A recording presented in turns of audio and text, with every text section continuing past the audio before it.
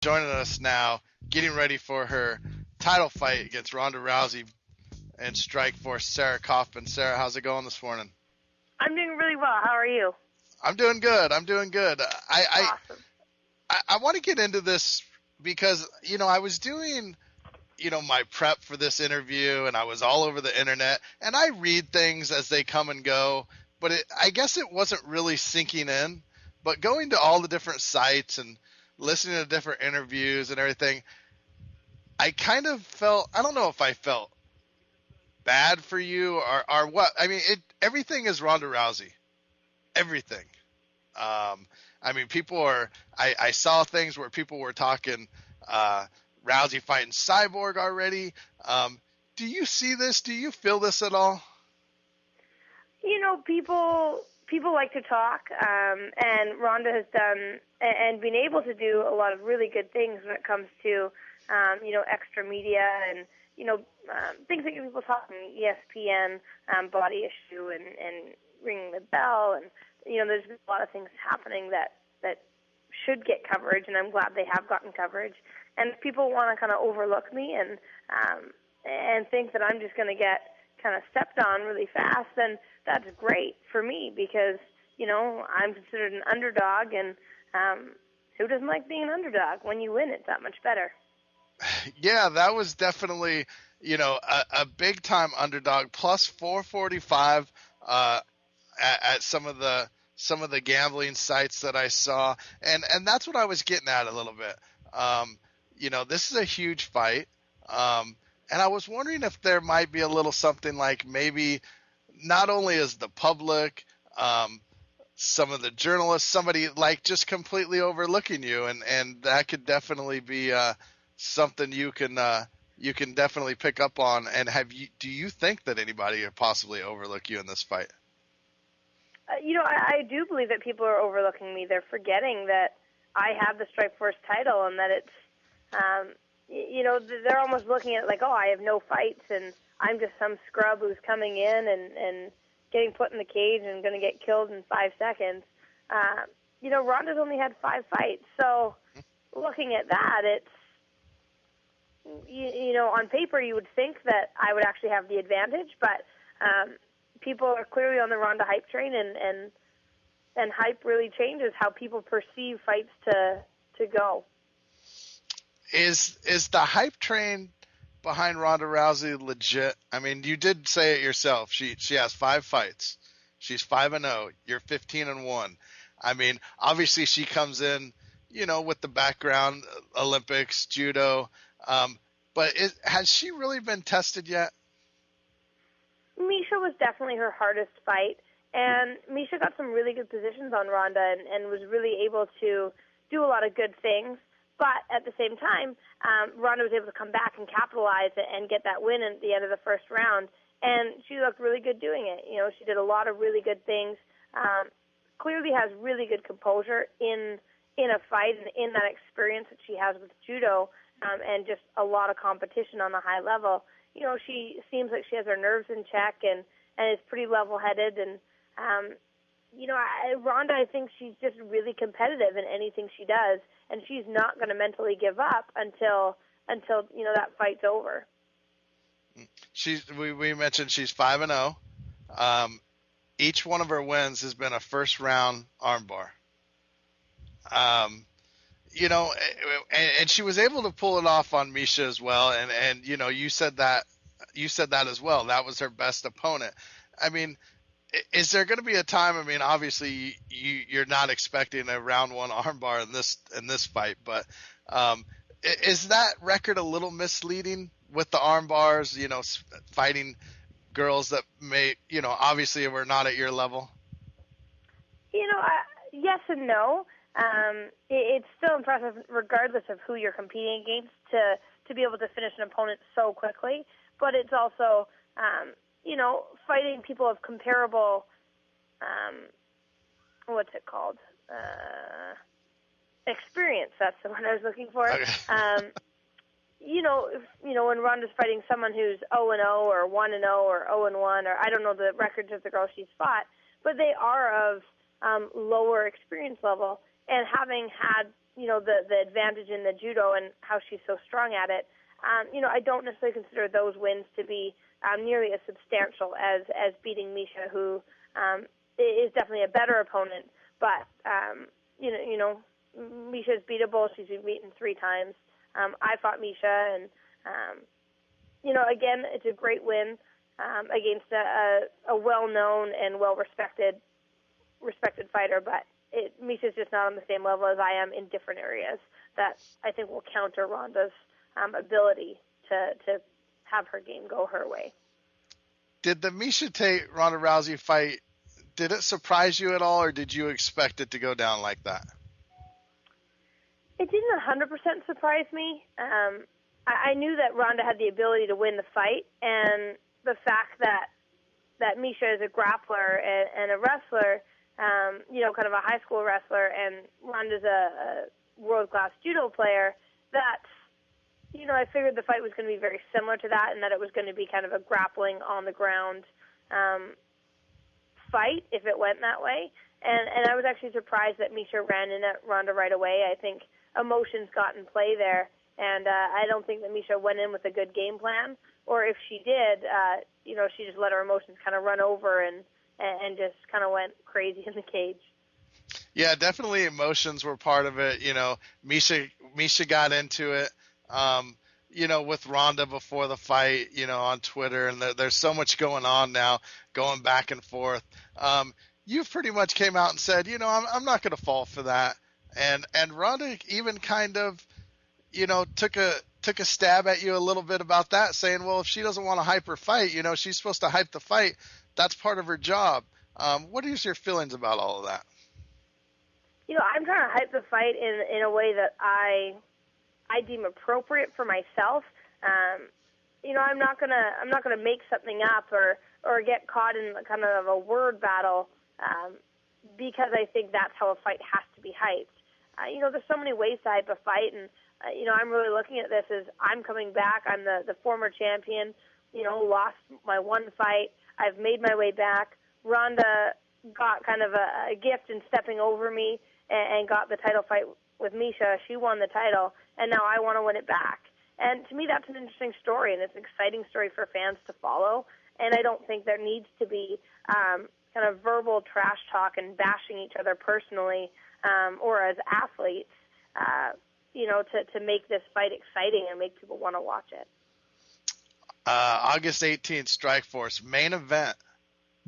There's a lot of extra pressure. I'm wondering, has the press been bigger for this fight than any of your fights before? Is there any added pressure fighting Ronda Rousey, it being a main event, all of the above? I don't think there's added pressure at all. For me, it's the pressure to win the fight. It supersedes any other pressures from the outside or what people expect of me or what people expect of Ronda. And I want an exciting fight because I like exciting fights and because that's the kind of fighter that I am, and I want to try and finish it, inside the time frame. And everyone I've had that's been by decision, even if I knew I won, I wasn't excited by that win so much as if I know I get that finish and I'm able to really dominate that fight. That's exciting to me. So that's the pressure that I feel for myself, making sure that I go forward and fight the best possible fight I can. And I want the win regardless of any outside factors.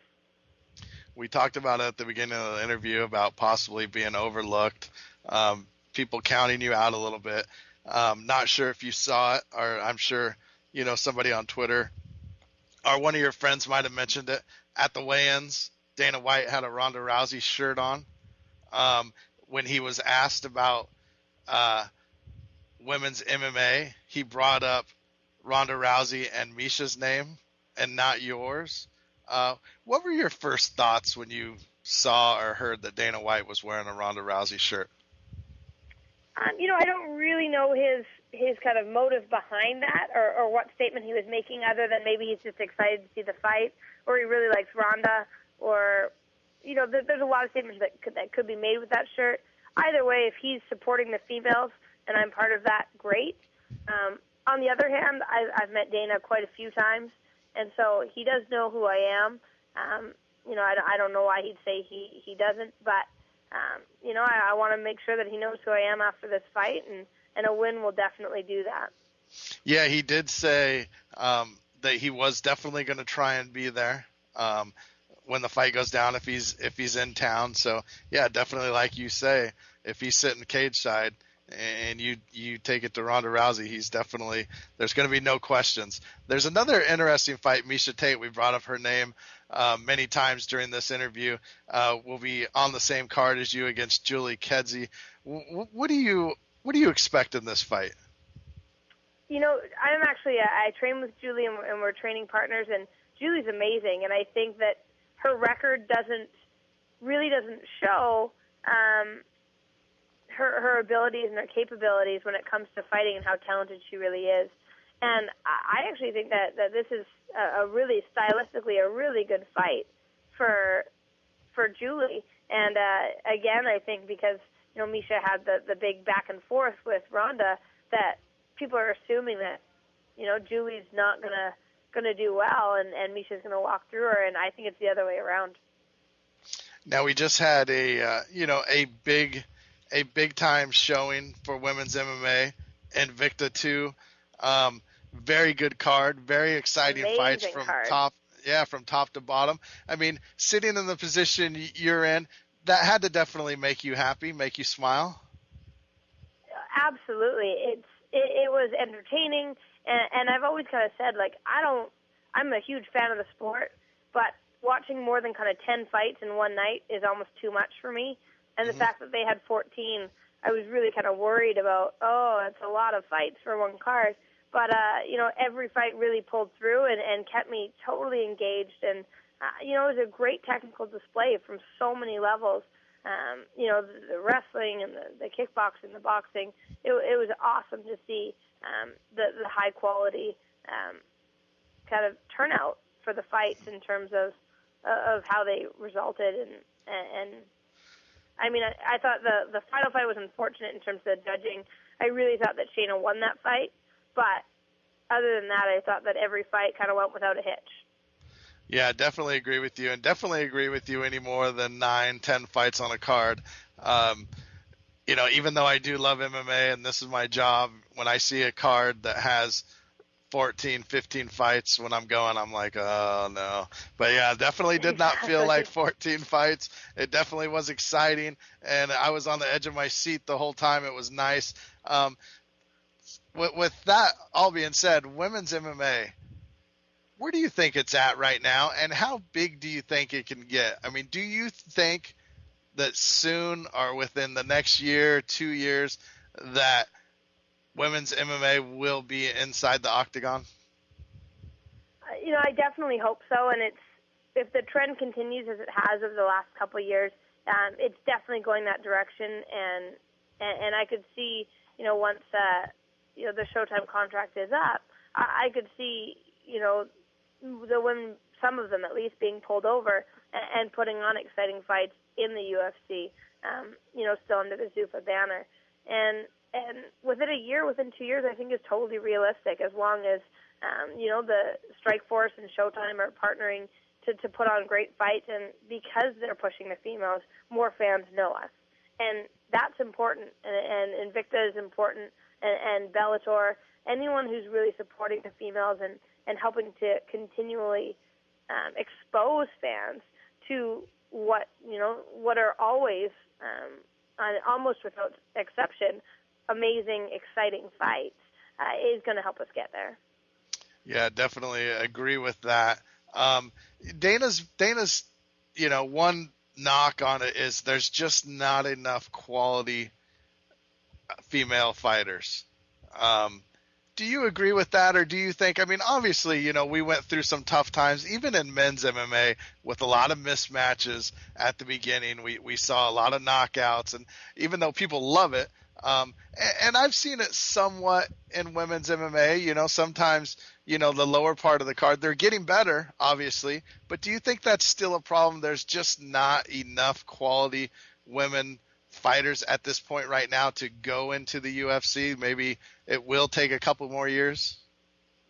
At this stage, I honestly think that that the UFC could run. 135 pounds is a huge division with, Mm-hmm.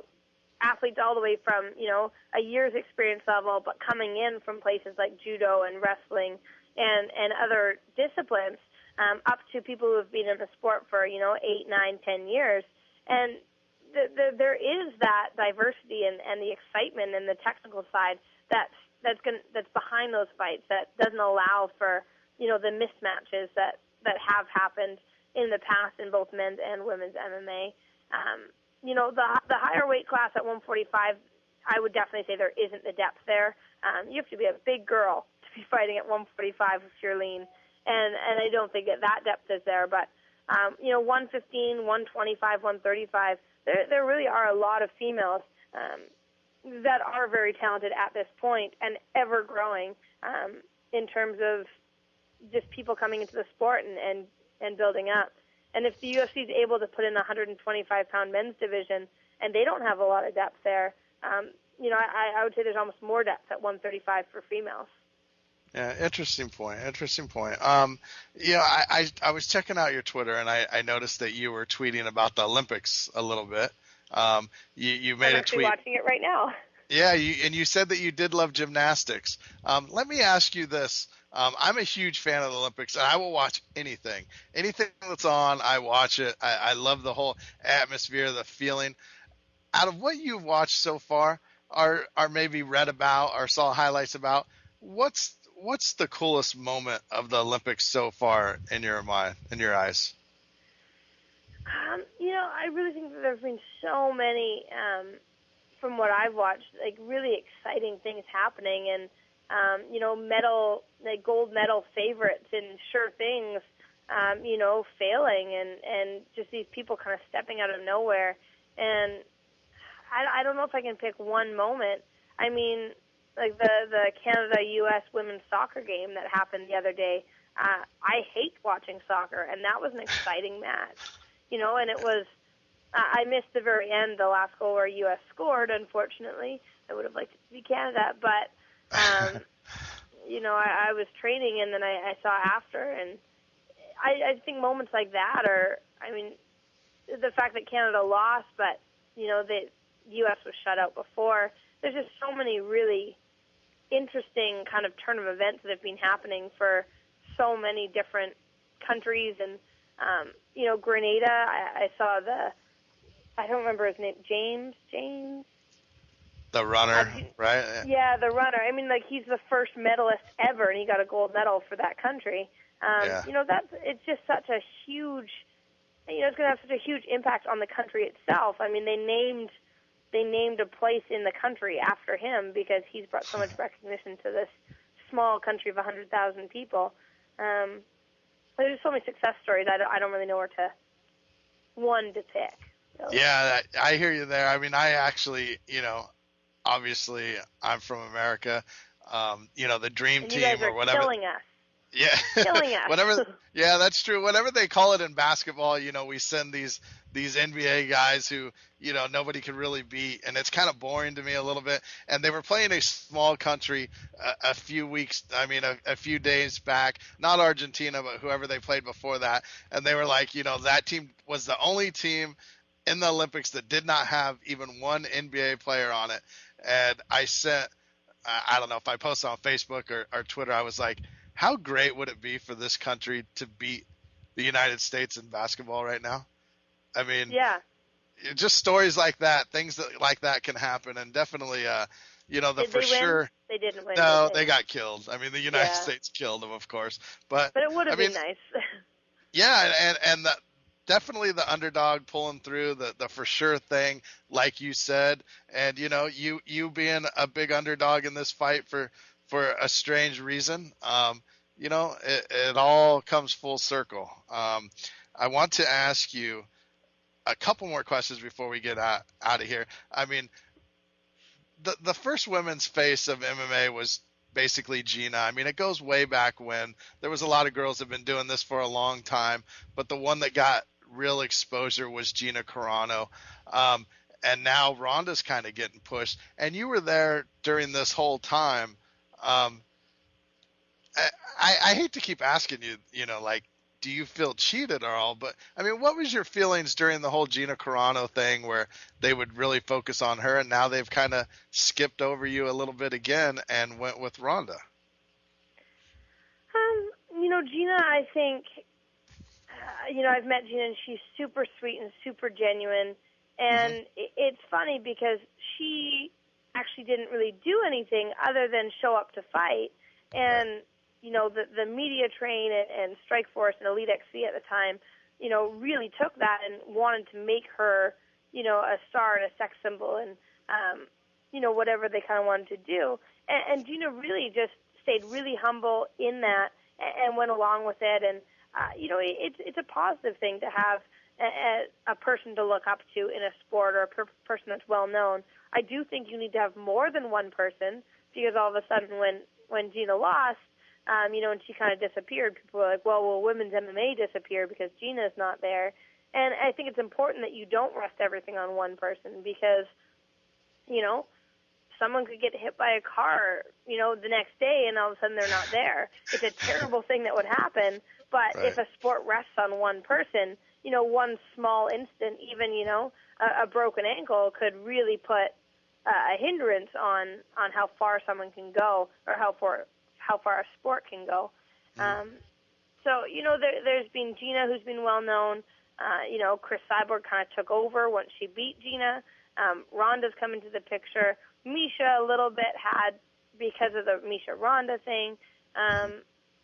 So there's always going to be someone in the forefront, and I definitely would like to be there. But I also, if it's only pushed as a sex thing, that's not my main push. I want to be represented as an athlete and a classy athlete, and I think that there is room for that, and people can get behind that. You don't see every male popular fighter, trash talking and getting fame that way.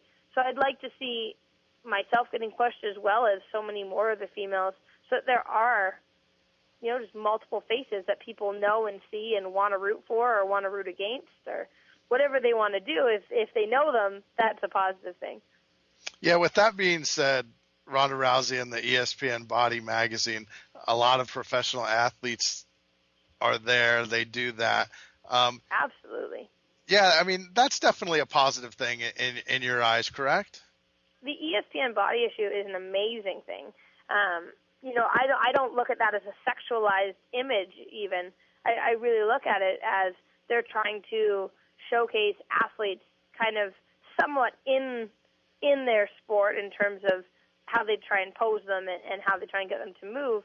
But it really is celebrating athletics and being athletic more so than it's, oh, look at this person naked. I can really appreciate the whole body issue, and Gina and Chris Cyborg and Ronda Rousey have all been involved in that, and that's definitely something that I would consider doing because I don't see it as a sexualized push. As I say, I see it as looking at an athletic body and an athletic woman, an athletic man, and it's equal in that sense. It's not this guy's a good fighter, but this girl's really good looking.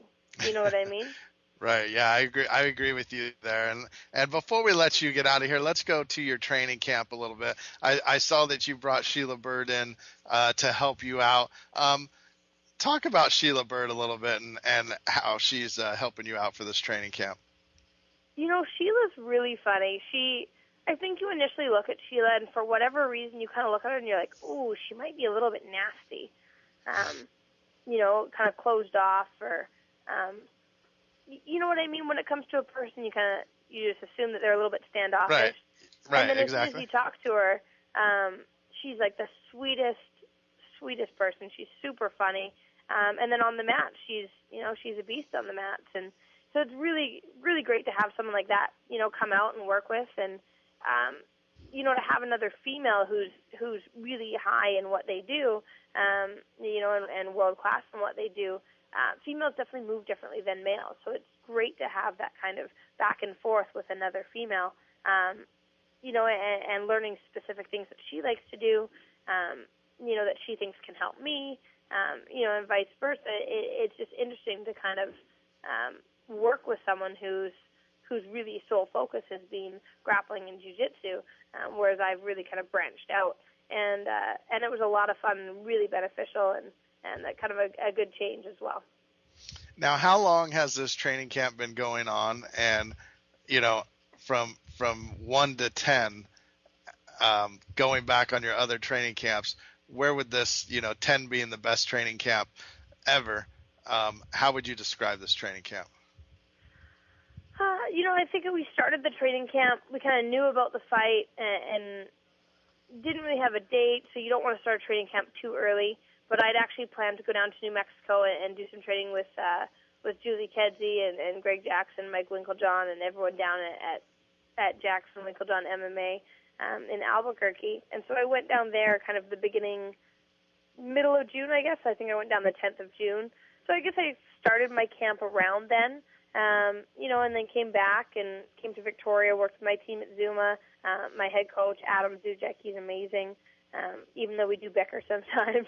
But, overall, it's been a really, really good camp. And, I've had to do some media obligations, going to Vegas, going to Portland, going to Calgary.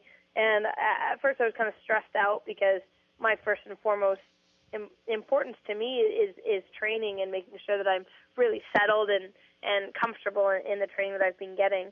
And, in Calgary I met up with Sheila, and it was a really, really positive experience. And overall I would say it's probably right up there with any of my best training camps, and I'm feeling really strong going into this fight on August 18th. Well, you being the underdog, a lot of people, as we talked about in the Olympics, a lot of people like to root for the underdog. A lot of people really love Ronda Rousey. I'm just looking for a very good fight, and I want to wish you luck, and I'm pretty sure that you girls are going to put on a great fight, and I'm excited to watch it. Awesome. Thanks so much. I actually have a couple of tickets to give away for the fight. So if anyone's going to be there live, I'm going to be giving them away on Twitter at MMA Sarah, so people can follow me and kind of check back in to see when they're able to get those tickets if they're looking for them. Okay, thanks for your time, Sarah, and we want to wish you luck. Thanks so much.